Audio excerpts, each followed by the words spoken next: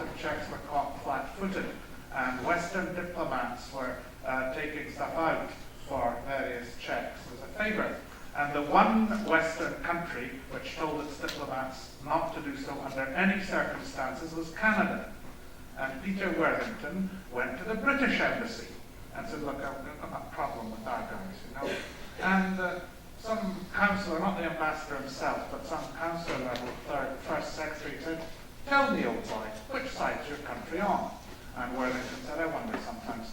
And I wish Worthington were here to recall this anecdote because it's quite telling. And there was also Trudeau's active defense of the Cuban Soviet involvement in Angola and that sort of stuff. I just think you were harsh enough on him, to be quite frank. Well, Sequel. you know what? I'm on receive for all manner of other stories that come up about Pierre Trudeau. I'm familiar with the ones that you mentioned, and I wanted this book to be about the record.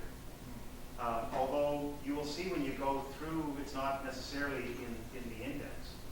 But when I describe his propensity to support communist regimes, totalitarian regimes, authoritarian regimes, I interject with stories about, we shouldn't be surprised about this. This was a man who, for his doctoral dissertation, which we did not complete, was about Marxism. That when he went to the London School of Economics to study under Harold Laski, who was chairman of the Fabian Socialist Society, his classmates who were studying socialism at the time, were fervent supporters of socialism, said that Trudeau was to the far left of them, and that he was more in the Marxist camp. I've mentioned a couple of anecdotes about supporting martial law in Poland. He visited China in 1961. He went on a propaganda conference to the Soviet Union and declared to the Soviets and to the charge d'affaires from the United States Embassy that he was a communist. He was there to promote communism for Canada. That he really liked about federalism in Canada was because it allowed socialist governments to be elected in provinces, and from there, inevitably, socialism would grow across the country as a creeping place. Of course, you haven't mentioned his involvement in World War II. Of course. He was heavily. Says Robert, you talk too much. There's been a whole chapter about Trudeau during the Nazi-Soviet time here. So these stories are sprinkled throughout the book, and after you've gone through the whole, if you think I'm missing any, and I have paid attention to Peter Worthington, his son-in-law was kind enough to endorse the book.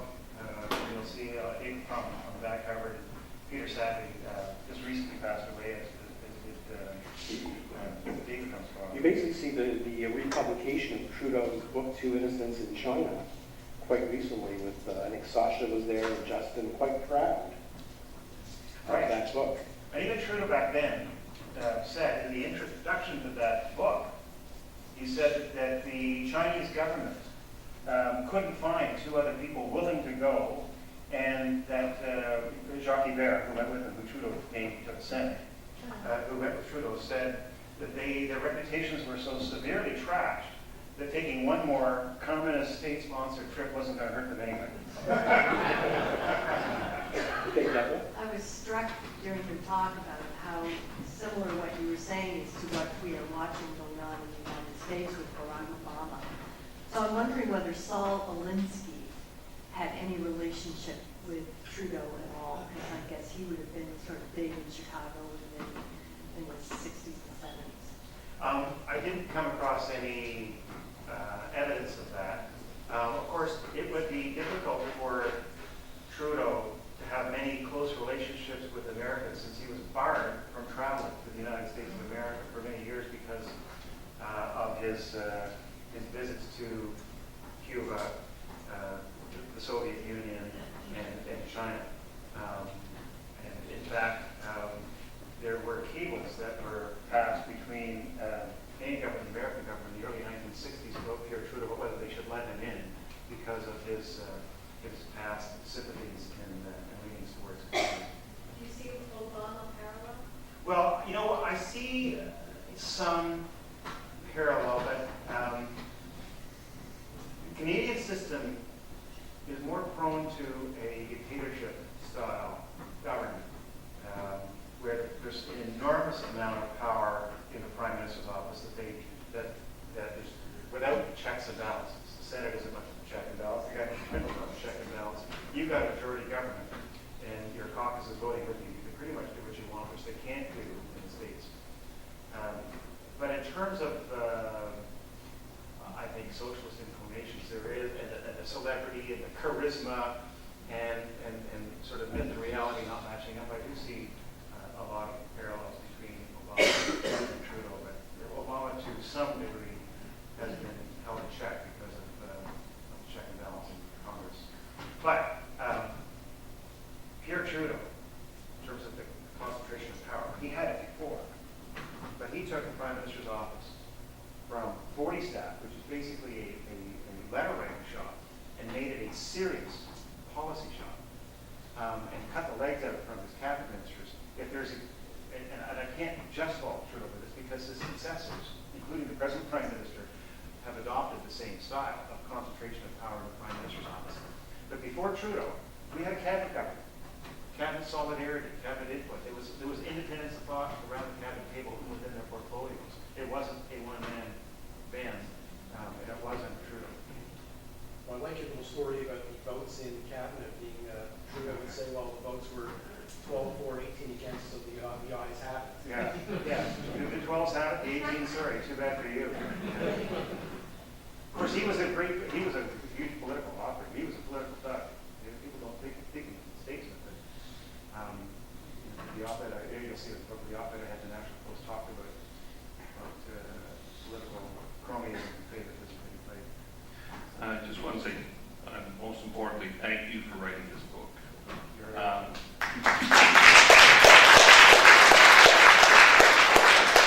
There are only 2 other books I know of.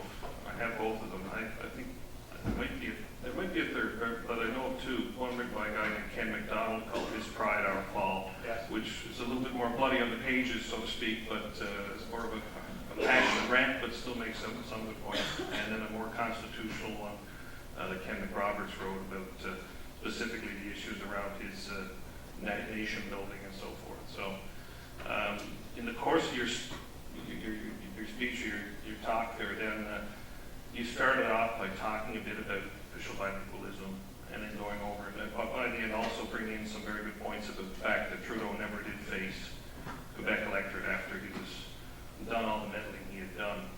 You know, and I'm not trying to make a comment against official bilingualism or anything like that, or the benefits of bilingualism in general, but more as an idea of nation building. McRoberts sort of went into great detail about how actually it probably was counterproductive, and it's certainly in its implementation how he did it, and that in fact he's probably polarized the country almost irreparably, not just through that, but through other things like that, and centralization of power.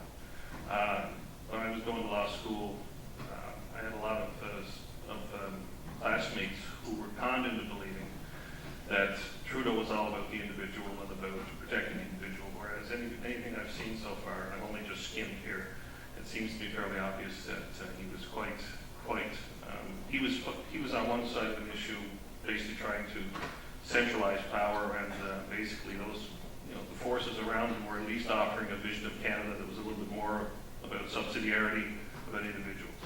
Anyways, I just wanted you to I haven't had a chance to read it because I just bought it, but I was just curious to know how you sort of reconcile bilingualism thing, the fact that Quebec, just 5-second thing, I think that Quebec, outside of Montreal, as you say, probably doesn't like Trudeau very much at all. It was just transactional politics in the 70s.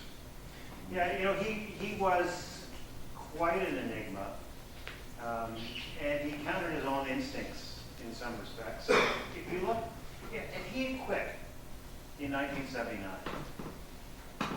I wouldn't have written this book. The damage, most of the damage that he did was after 1979, where he went against some of his instincts towards individualism and individual rights. Sort of his socialist and authoritarian instincts ultimately took over. So he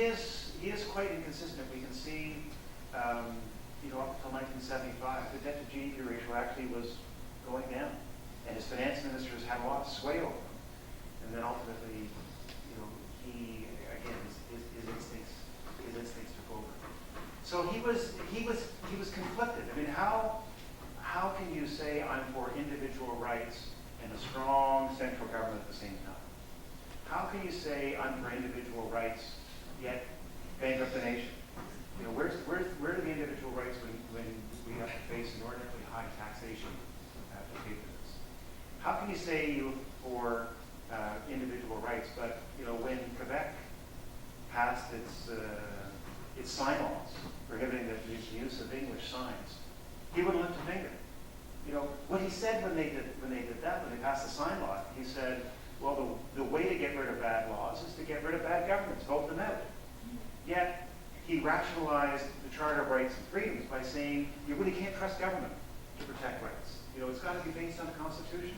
So he was quite conflicted, but there were some common themes, and the common theme was, as you say, central government, big government, and that was a constant. Okay. Question two about the security status of Trudeau. I heard a long time ago that the RCMP did a security check on Trudeau, as they do with all senior politicians and bureaucrats, and that the RCMP recommended that Trudeau not be granted top clearance. Somewhere in the RCMP files, this information exists.